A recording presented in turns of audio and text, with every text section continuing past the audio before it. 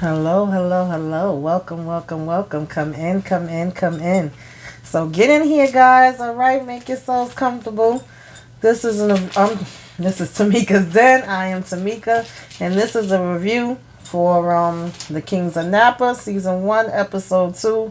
She's gotta crush it, okay? And so we basically start the episode off with August coming in to talk to her family. They're all sitting around the kitchen table. Of course, they're just trying to find the way that they are gonna still move forward now. Since the death of the father and her becoming president, she still wants to go ahead with the plan she had for the desserts wines, and she's saying how it could be a profit, to the company, and they could hit all different types of angles and get more stuff coming in, and she know that they can do it. They have to buckle down in order to launch, and they can achieve this in about 6 months, she's basically saying. And she said, I know it's a little fast, but it's an innovative marketing plan, and it will target millennials. And she just feel like it's gonna make the best for the family as a whole. And so, of course, you still got Dana talking about you and your little fairy tale is not going to work. It would decrease our profits, and we wouldn't be able to release our pignon or our, what the was the other thing? I think it was Marlette and pignon, like they were supposed to, that would make that late or whatever. And so then she was saying, even if it doesn't work, that they could borrow against their credit. And he was basically like, well, I could tell you as CFO that we don't have no credit. Our credit is just about maxed out. And so she's like, listen, despite what Dana is saying, I feel like we could work this out. I need all hands on deck. I'm still gonna go forward with it. She tells Christian to make sure that everything in the vineyard is straight. Since Bridget is gone, he's in charge of that. And I don't know how that's gonna work out, but okay, girl. Then she tells her aunt she needs her to use her charms and work on a distributor. She tells Angela, which is she tells Rose, which is Dana's wife, to get on top of social media PR. And then the mother just starts to tell them that when her and the father had started this vineyard and business, their dream was for this to be seen as black excellence in motion, and it could be wine, style, culture, all of it. And so August is basically saying that she remembers that, and Bridget and August, sit down to have a talk. And Bridget basically mentions, because they're both saying things they miss about him and how he always had like a regular routine and pattern, and you pretty much knew where he was at what time and stuff like that. And Bridget mentions that her and him used to go and have like lobster together. And so at one point, August even seems like a little bit jealous. Like, wait a minute, y'all was going to have lobster together. Me and him didn't even do that. And this was once a month regular date. And then she's like, no, I wouldn't call it a date. We basically had to go there to go to the bank anyway. And it would be like we would stop and get the lobster since we was there because it was right across the street from the restaurant. And she's like, well, what the hell are you talking about? My father ain't go to no damn bank. He had people for that. And she was like, yeah, well, he was doing it, then. So she's like, well, where's this bank at? And she was like, well, they're not going to let you come and take over his, daggone account, girl. What are you going to do? And she was like, yes, they will. I got his death certificate. Come on, let's go there now. Nobody's going to destroy our father's legacy. Hint, hint, catch that she's saying our father and including her in it. And so they go there. And when she gets back in the car, she basically is still saying to her like there was a lot more secrets going on. She was like, yes, it's true, this really was his bank. And he basically was withdrawing $150,000 a month for, I think she said, about 10 months. And she was like, who the hell could he possibly have been withdrawing this money to or for? He had a whole damn secret account there. And so she's like, I don't know, maybe it was from my mother. She was like, how about we go ask her? And in the meantime, I'm not feeling this part of the story, how, the mother Angela Vanessa rather, keeps trying to cut out Bridget or whatever. I said that in my last review, like, regardless of what's going on between you and your sister, that was between you and your sister, and then that's also between, you and your husband and Melanie and your husband. Bridget had nothing to do with this. She did not ask to come into this world. Granted, they grown. These is not little babies, but still, for you to have had the relationship that you had with her and her to work with the family business for all these years, she's an innocent bystander in this too. And I'm just not liking how you standing so strong and firm and being wrong. Like, that shit is bothering me. That part of the story, I'm really not liking. I would rather she beat the hell out the damn sister, threaten her, whatever else, than to be treating that girl that way. But nonetheless, she says that they should go talk to Melanie. And when they go talk to Melanie, she's basically like, your father didn't want y'all to worry about this. He didn't know who the person was and where it was coming from. He definitely didn't want to, call the cops or whatever, because they was basically like, how long did you know that my father was being extorted?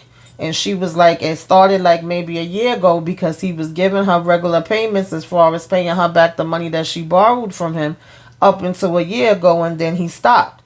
And she was like, whoever this person was, they basically had a full map and plans of the house, and he felt like they could come in the house and possibly hurt them at any time, and he didn't want to take that chance. And so basically, she's like, I don't think you want to mess around and go to the police or whatever the case may be. And so she does offer them $75,000. She says that's all she has, and Melanie is like, no thanks, we already owe you money, so we ain't trying to do that. And she was like, well, in the meantime, we gonna have to continue paying. And she was like, I need to speak to Dana. So then we get Vanessa basically, I guess sometimes it's bridal showers, wedding showers, tours that come in to do wedding tasting or whatever. And she has a group of women there that she's doing a toast with. And then when they leave out, her husband's sister comes walking in. I forget her name right now. And she's checking on her, and she's also saying how, her brother has so many books, and usually the only book she reads is the good book. Is it okay for her to take some of the books? And she's basically like, sure, knock yourself out. So she's like, and how are you doing? How you hanging in there? And she just vents to her and lets her know, like, I thought we had at least another 30 years. I was never expecting for him to leave me like this. And, I don't know what I'm going to do with myself some days. And then she basically was like, and when I think about my sister, I want to scream, which, that's understandable. And so she was like, and you ain't talking to her, are you? I hope you ain't been talking to her, because that would just break my heart. I wouldn't be able to take that. And so, his sister's basically like, girl, I'm here for you and only you, and trying to change the subject, off of that. And so then, she's like, just let me know I got your back. I'm here with you all the way. And so basically we get Christian and Zayna in a damn room playing some type of virtual game. Okay, they behind supposed to be doing work, and neither one of them is working. And Bridget and August come in the room to talk to him and let him know everything that's going on. And so the minute that they go in, she tells him like, Christian, you step out, I want to speak to Zayna by herself. He like, but this is my damn room. So he's like, well, like you just finished saying, she's the president. You got to do what she said. Go ahead, get your ass out of here. So basically, before she had walked in, Zayna was like, well, who died and made her king? And was still complaining about the fact that the dad made her president. And Christian was like, well, actually, dad died and did both. That part was funny to me. I know it shouldn't have been, but it was. And so you see Christian go out by the vines, and the guy out there was like, listen, you 30 minutes late. You never done nothing. You probably been here one time in your damn life, and that was to grow some damn weed. And he was like, oh, correction, weed and shrooms. And he was like, well, why don't you just go ahead? We got everything under control. Buy yourself some more chains. And he was like, why do I feel like you giving me major, shade here? And he was like, no, brother, I'm just giving you light walking. And I'm like, oh, damn. So basically he telling, Christian to kick rocks. And so, like I said, Bridget and August is updating Dana on the whole situation that's going on. He, of course, is like, nah, we got to call the police. We can't be getting extorted by nobody, and we can't go, for that type of mess and this and that. And he's like, who could this be that's extorting him? He got another damn child out there. And they basically like, listen, I don't know. I don't think so. And they like, this ain't no joke. And he was like, I'm not joking. I'm being serious. And he was like, the authorities need to be handling this. And so they basically going back and forth, and they saying, listen, we can't take no chance. Dad was a smart man, and if he didn't make, the decision to call the police, and he was paying them for all this time. I think we need to keep paying him too. And so we figure out what's going on and who this possibly could be.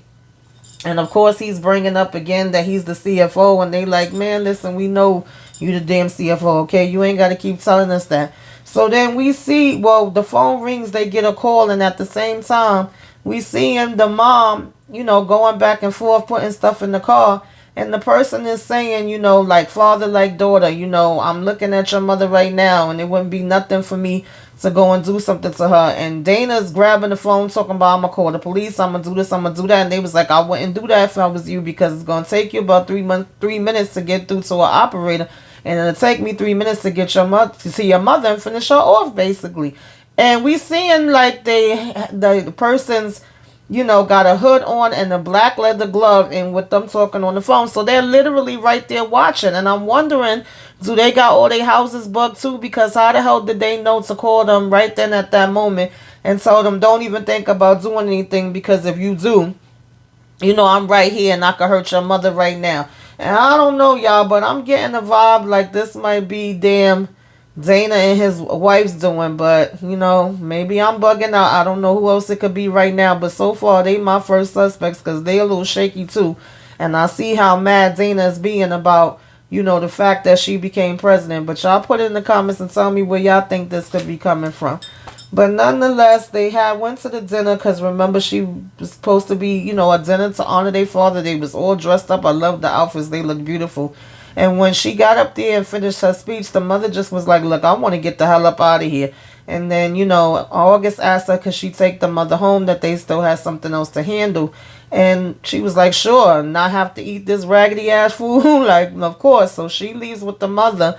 And Dana, Bridget, and August go to this spot that the person that called basically had told them to leave the money. And I guess this is where the father was taking the money to every month, and leaving and dropping it off.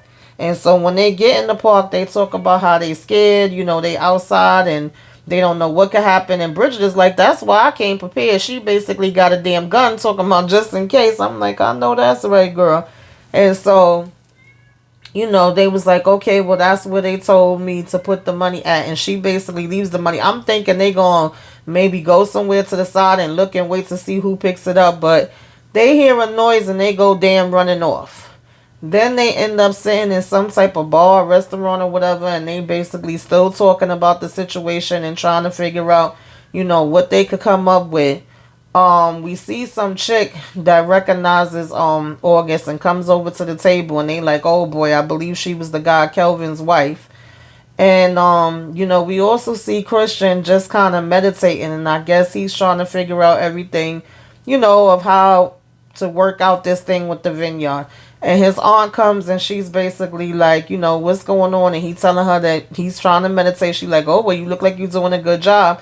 And then she's basically like, your mom's asleep or whatever. And she was like, how's it going out there, in the vineyard? And he was like, it's coming along. I'm working and sweating more than Lapita in 12 Years a Slave. And she starts laughing. And so she was like, I don't know how to get through to them. I feel like nobody wants me out there, and, it's not going good.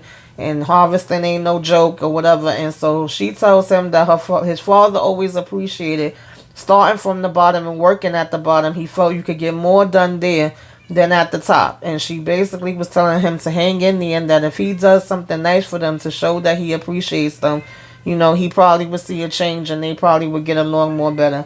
And so he basically was like, okay, well, I'm going to work on a little something. And then she basically was like, okay, well, where's my drink at? And he basically passes her the bottle. And he was like, go ahead and drink it straight out the bottle. And sure enough, what she was calling his showstopper, sure enough, she was like, my showstopper. And threw that damn thing back right out the bottle. I was like, okay, auntie, get it. And so, then like I said, you have them discussing everything in the bar, and the girl comes over. She recognizes August, and they all like, okay, girl, bye, get out of here. And she tells her like, we in important discussion. And Dana turning around talking about, I can't believe a baby came out of that body. And August is like, are you serious? Or everything that's going on with our dad, you worried about how her damn body looked? And he's like, well, listen, I'm tired of hiding. We cannot be treating our mom, like that and not telling her everything. And look at what happened with Bridget. Look what happened with all of us. At the end of the day, we thought that dad was this perfect man. He came in and kissed and lied to us every night. He lied to me every night. He was like, he's really the monster. He was like, no, you don't get it.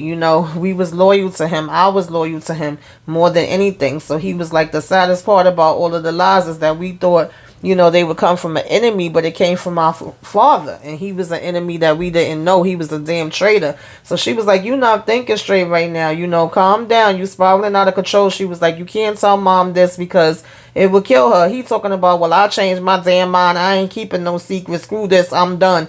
And he basically storms out. So, Bridget is basically like, oh, God, you think he's going to go and tell Aunt Vanessa, isn't he? And I'm like, girl, he probably will. And to be honest with you, like I said, I don't trust damn Dana ass. I know that he wants the company, so I'm still giving him the damn side eye, okay? So basically, we get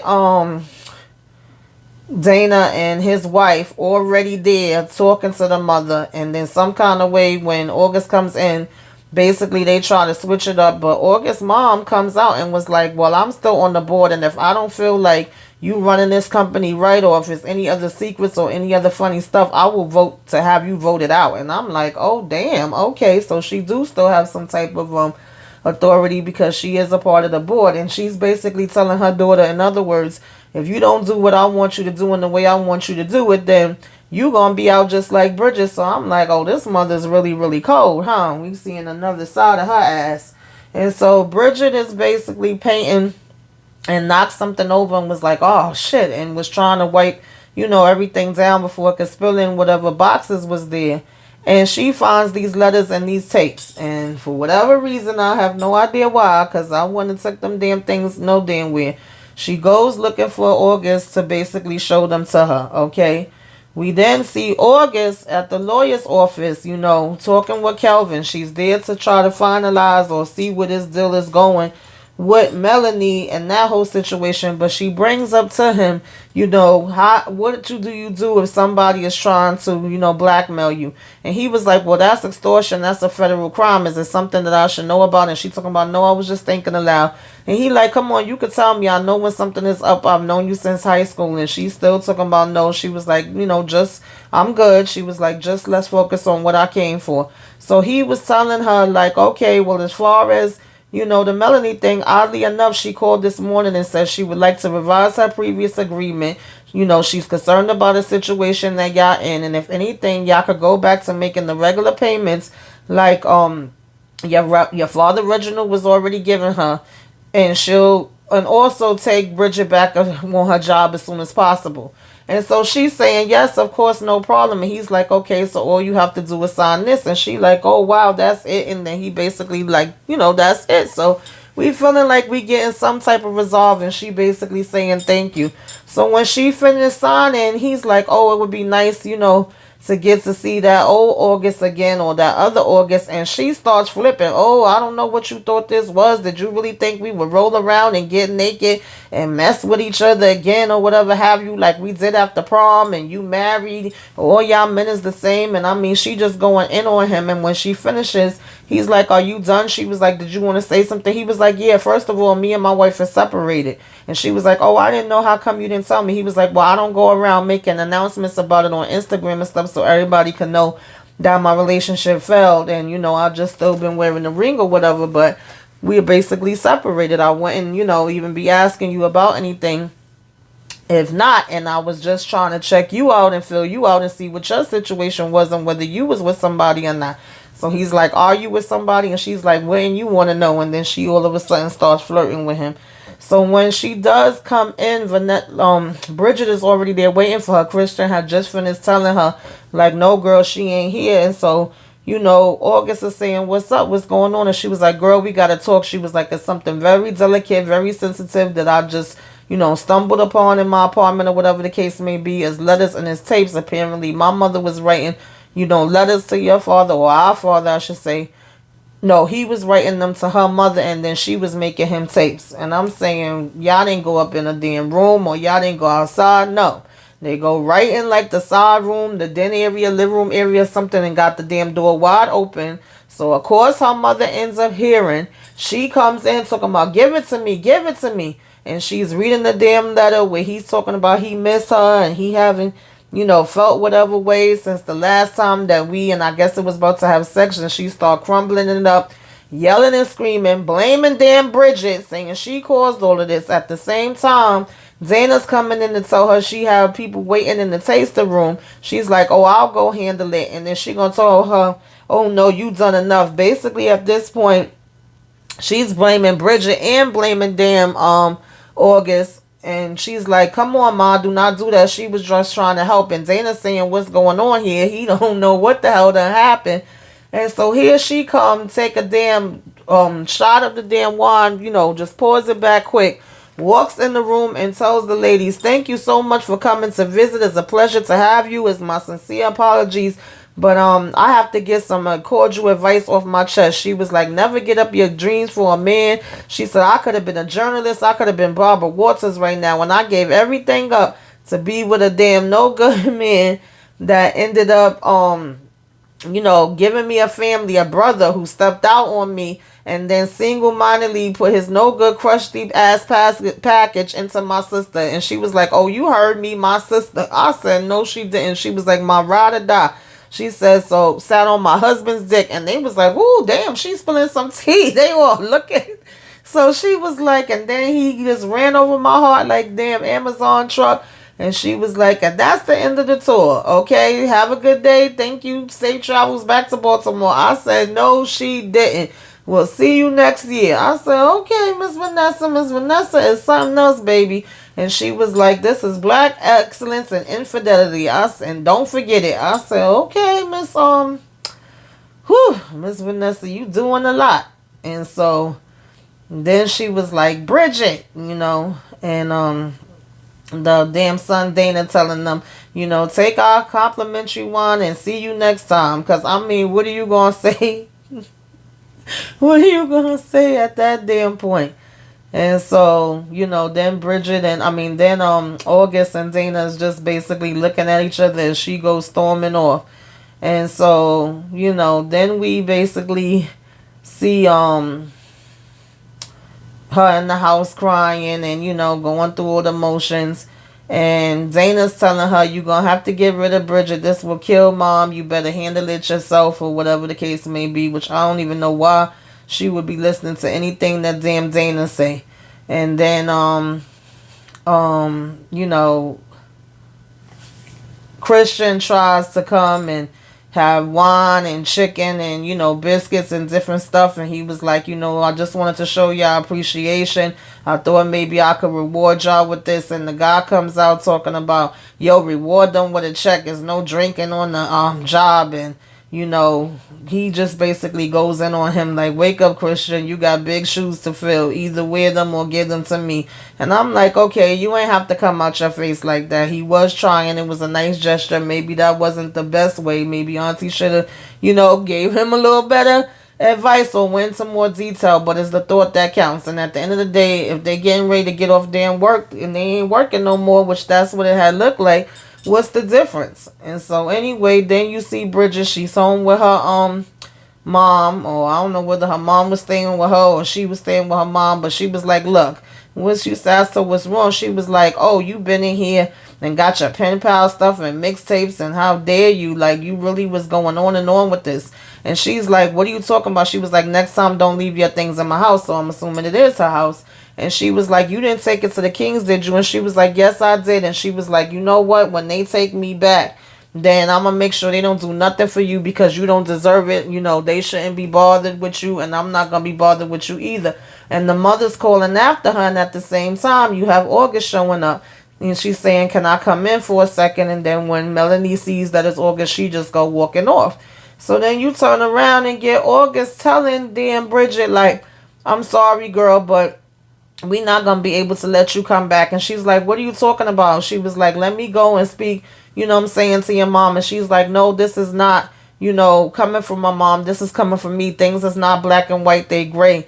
And she was like, I can't take a chance that, my mom end up getting a heart attack or stroke or whatever, that's stressing her out and kill her. I can't lose another parent. I already lost my mom, and I mean my dad rather, and I can't hurt my mom. And she's like, we supposed to be best friends. We supposed to be sisters. And she was like, we are. You have to trust me. And she was like, trust you. She was like, this is my life, August. You know what I'm saying? And she was like, well, listen, if I bring you back, then my mom is going to have a breakdown. And Dana will have all the ammunition that he needs. This is my legacy. And so Bridget tells her, this is my legacy too. She was like, if I have to go against you, I will. So I guess it's about to be a fight amongst the families, y'all. She was like, you're destroying everything that he built. She was like, you'll never be like that. And so August tells her, like, that's not fair. And she says, get out. Get the hell out, girl. Get the fuck to stepping. Okay, she didn't say that part. I'm saying it. But I was like, yeah, okay. I ain't like that, August. You should be smarter than that. And so then we have Dana, wife, basically coming in, telling him she got on his favorite bra, trying to have sex with him. Basically telling him she's fertile right now and that he's supposed to be getting her pregnant. He's saying that he's working, and of course he's like, oh, I gotta take her down. I gotta stop this from happening. She can't be in charge. She can't be president. She's like, what do you have in mind? But at the same time, she basically just trying to get something out of him. And I don't trust them too, y'all. I don't care what nobody say. Maybe they not the ones that's doing this, but they definitely doing something.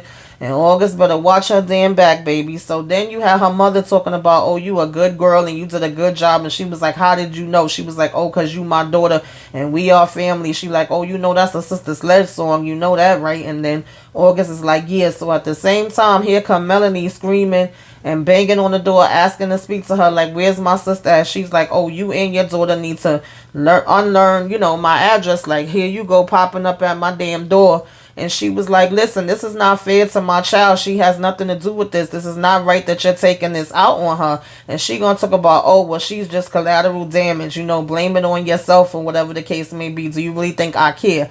And she was like, come on, depression runs in our family, and I never seen my daughter like this.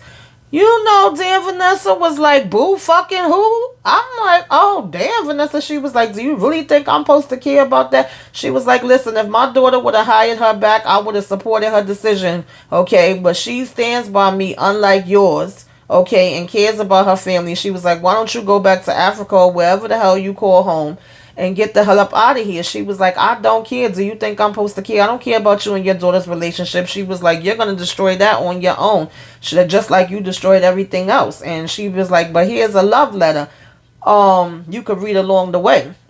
She said, if my daughter wanted to take Bridget back, like I was saying, I would have supported her 100%. She said, but unlike your tired, classless, conniving behind, my daughter has respect for me. And I'm like, really, freaking Vanessa, really? And even August is just standing there looking shocked. In the meantime, Melanie is banging on the door like we had an agreement, which they did. So that means all of that is out the window.